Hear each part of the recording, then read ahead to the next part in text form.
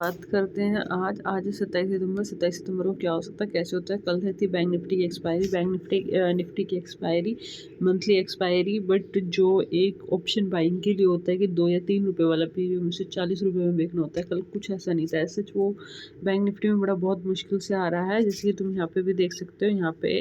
यहाँ पे स्पाइक लगी थी, ये वाली स्पाइक ऐसे लगी थी। ये 26,000, इसने 26,100 का हाई लगाया और 26,034 का ये बुलिशनेस तो शो कर ही रही थी कि बिना मतलब कि मर्द मुझे मार के इसे बिना देखे स्पाइक में घुस जाना। और स्पाइक के और वो वाली स्पाइक ज़्यादा लग रही हैं ऑप्शन में, पुट साइड में। और पुट साइड में तो सबका पैसा दबा के ज़ीरो हो रहा है। बियरिश मार्केट बिल्कुल भी नहीं है, बुलिश मार्केट का साइड है। और यहाँ पे देखते हुए यहाँ पे जब ब्रेकआउट आया उसके बाद भी पुट का ज़्यादा नहीं रहा। ठीक है, कल तो मैंने कोई एक भी ट्रेड नहीं लिया, मैंने सिर्फ अडानी लिया था, अडानी ग्रीन में लिया था। और अडानी ग्रीन में मैंने एंटर लिया था। अडानी ग्रीन में मैंने सेल करा था मार्केट प्राइस पे, जो मैंने मार्केट प्राइस पे सेल किया। यहाँ पे 3 कैंडल तो बनी हुई थी, 390 से लेके ये आया था 55 तक आया था ऑलमोस्ट। और यहाँ पे ऑलमोस्ट अगर किसी ने 50 मिनट पे चार्ट देख के उसका बेरिशनेस देख के 2090 पे सेल किया, 2055 तक आया था, 35 रुपये मिले उसने उसने यहाँ पे इस वाली कैंडल में प्रॉफिट बुक करा, क्योंकि प्रॉफिट बुक करना बहुत ज़रूरी होता है। सेम फिर यहाँ पे दोबारा से सेम आया 72 से, ये दोबारा से यहाँ पे आया 72 से 60 आया, 10 रुपये मिले। फिर दैन इस पर दोबारा प्रॉफिट बुकिंग हुई।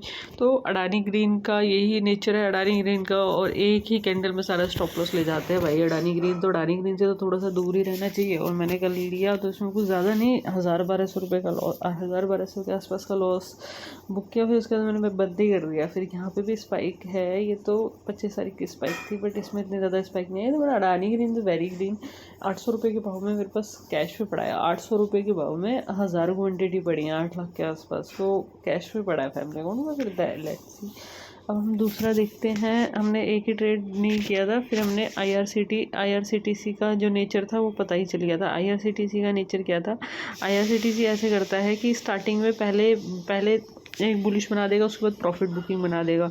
और अभी आईआरसीटीसी के बाद कल जैसे कि 26 तारीख थी, कल इसने क्या करा, कल इसने बेरिशनेस शो करी कि मतलब यहाँ पे सेलिंग शो करी। सेलिंग के बाद ठीक से प्राइस मिला, फिर इसमें बाइंग चली गई। मेरे को पता था तो आईआरसीटीसी में मैंने फिर बुक कर लिया, प्रॉफिट मतलब लॉस बुक कर लिया था आईआरसीटीसी में। आईआरसीटी में बजाज हाउसिंग लिया था, ये रह गया था मेरे से। मैंने 165 में एग्जिट करना था, मैं कुछ काम करने लगी तो एग्जिट नहीं हुई, होल्डिंग में चला गया। और कल तो भाई बहुत खतरनाक था। कल बैंक निफ्टी की एक्सपायरी में निफ्टी का प्रीमियम ना बढ़ गया, बैंक निफ्टी का प्रीमियम बढ़ा। तो इसमें देखो तो ज़्यादा प्रीमियम बढ़ा नहीं है। और नेक्स्ट एक्सपायरी में ही काम करने का सही टाइम है कि नेक्स्ट एक्सपायरी में करो। इससे 102 रुपये का लो बनाया था।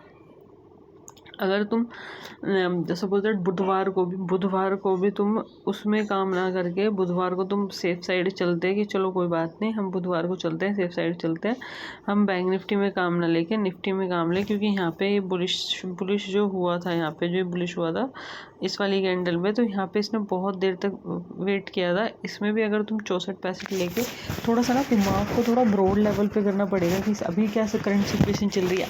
आज ये ना हो कि क्या पता ये नेक्स्ट डे हो, नेक्स्ट वीक हो, या नेक्स्ट मंथ हो। क्योंकि सेम डे टारगेट लेना बड़ा मुश्किल है कि हाँ तुम्हें आज ही चाहिए, कि तुम बड़े स्मार्ट हो गए, तुमने सेम एक्सपायरी में काम किया और तुम्हारा 2-3 लाख रुपए बन गया। It is a very tough right now.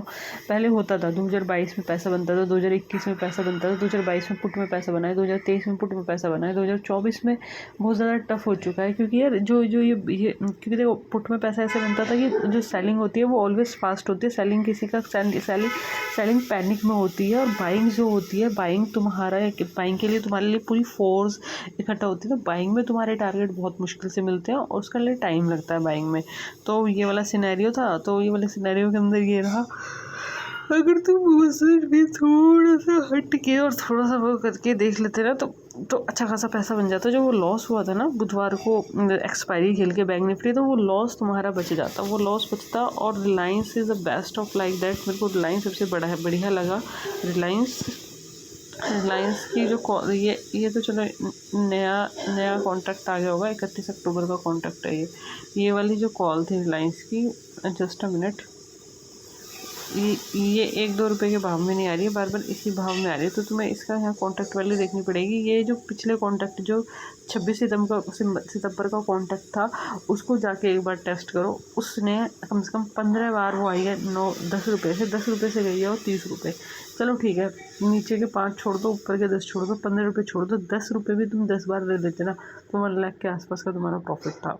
तो उसमें प्रॉफिटेबिलिटी ऐसे तुम्हारी बढ़ेगी, वैसे मतलब ऐसे तुम इधर उधर से प्रॉफिट करना चाहोगे तो बिल्कुल प्रॉफिट पॉसिबल ही नहीं है तुम्हारे लिए। रिलायंस में सेम चीज़ है। तो अभी वेट करो तुम, ये तो प्रीमियम इतने महंगे चल रखे हैं रिलायंस में, भाई मत ही पूछो। तो अभी रिलायंस में वेट करो पूरा का पूरा, just wait. And bank Nifty में बात कर लेते हैं, जो कि हमारा सबसे ज़्यादा पैसा लगेगा। मतलब उस जो एक्सट्रीम लेवल का गुस्सा आता है, वो गुस्से को कंट्रोल कैसे किया जाता है, उस गुस्से को भाई market is the instrument, you never ever यार, जब तुम गुस्सा करोगे ना, तुम अपने ही फाइनेंशियल लॉस करोगे।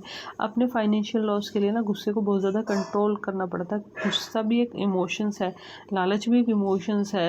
मतलब वो सारी चीज़ों को कंट्रोल करके ही तुम आगे चल पाओगे, जब भी तुम्हारी एक बैलेंस लाइफ होगी और एक सक्सेसफुल लाइफ होगी। सक्सेसफुल और बैलेंस लाइफ जब भी आती है जब तुम्हें चीज़ों को कंट्रोल करना आता है। गुस्से को तुम्हें कंट्रोल कर लिया, ठीक है आज नहीं तो कल देख लेंगे ना, छोड़ो ना, लेट गो करना सीख लिया। जब तुम चीज़ों को स्टेप बाय स्टेप करना सीखोगे ना, तुम अपने आप ही ग्रो होने लग जाओगे, और उसमें तुम्हें किसी की ज़रूरत नहीं होगी, किसी की तुम्हें सर्टिफिकेट की ज़रूरत नहीं होगी। और ये शार्प मोमेंटम मिला है इसमें भाई सब। इनका जो था 54,900 नहीं, 54,900 की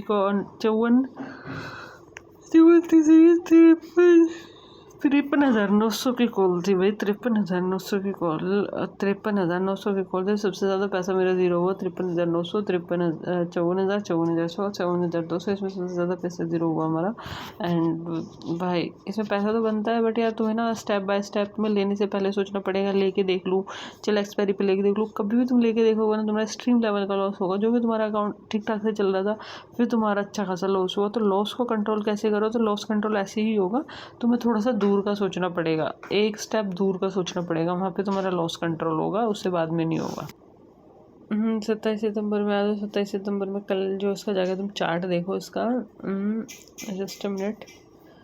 ये मतलब फोटोशॉप वेट, कल 16 तारीख थी। 16 तारीख में ये यूनिक फ़ोटो सबसे हाईएस्ट वॉल्यूम वाला स्टॉक था। ये मंथली में इसमें ब्रेकआउट भी नहीं है इतना ज़्यादा, मतलब थोड़ा सा ना वैसा स्टॉक है। इसमें जाके इसमें तुम देखोगे ना, इसका पूरा वहाँ से स्टार्ट करोगे। 65 रुपये से चला था 2020 में, ये यूनिक फ़ोटो का IPO आया था। और देन इसने जब सबसे ज़्यादा हाई लगाया 770 रुपये। अगर किसी ने 7 लाख रुपए का लिया होगा, तो उसका 4 लाख क्या, उसका अच्छा खासा 3-4 लाख का लॉस हुआ होगा इसमें बिना मतलब के। NBCC तो भाई बहुत स्लो स्टॉक है, ऐसे तो गलती से भी ये तुम्हें 250 रुपये में मिले ना ऊपर, तो गलती से भी टच मत लगाना। बहुत ही ख़राब कंपनी है, बहुत ही वैसा स्टॉक। ये भैया 2-3 साल में एक बार चलता है, 2-3 साल में एक बार चलने में ना, हम ना 2-3 साल में 2-3 साल में एक बार चलने वाला आदमी है नहीं। फिर आपका जाता है बनारस बीट में भी कल ब्रेकआउट था। और 1 डे में देखो क्या इसका नेचर है, ये ऐसे ही करता है। 99 से 115 भाई इसका नेचर ही है, ये ऐसे ही स्पाइक के देता है बनारस बीट्स। इसमें कुछ बनारस बीट्स काम के करती है, हम फंडामेंटल में जाके चेक कर लेते हैं इसका फंडामेंटल में जो इसका काम है कि establish 90-40 Banaras beads limited, Indians leading manufacturing and glass beads fashion jewelry and accessory. It is a offer to diversity वो काम करते हैं। इसका रेवेन्यू देखोगे तो सिर्फ ग्लासेस बेचती है, और प्रॉफिटेबल में क्वार्टर ऑन क्वार्टर गलत है, और इसका ज़्यादा प्रॉफिट है नहीं। 0.57 लाख रुपीज़ और 44 लाख रुपीज़, ज़्यादा प्रॉफिट कर नहीं रही है। ये माइक्रो कंपनी है, 77 करोड़ की कंपनी है बस। और ये कितने करोड़ की कंपनी थी। इसमें क्या है, इसमें कुछ वो था, वोटिंग का इवेंट था। फंडामेंटल देखो इसका, universal photo imagining limited and formally क्या general photo imagining limited and specially manufacturing of photo and paper and ray first of कल MHPL भी था। और इसके जो फाइनेंशियल जो कंडीशंस देखोगे, इसकी फाइनेंशियल 91% लॉस, 53% 3%। इसकी फाइनेंशियल कंडीशन तो बहुत ही बुरी है। और जो इसकी कंपनी HPL टी मीडिया, स्वदेश, जागरण इसका है। इसकी तो भाई 711 करोड़ की कंपनी और कंडीशन बहुत ख़राब है। एच एम वी एल के बाद तुम जाओ इसमें REPL का भी देख सकते हो आप, 198 और 28 ऑलमोस्ट इसने 30 रुपये बढ़ा है REPL। अभी देखते हैं इसका। REPL के बहुत ही ख़राब फंडामेंटल हैं और कुछ इतना ज़्यादा नहीं है। And thanks so much for watching event.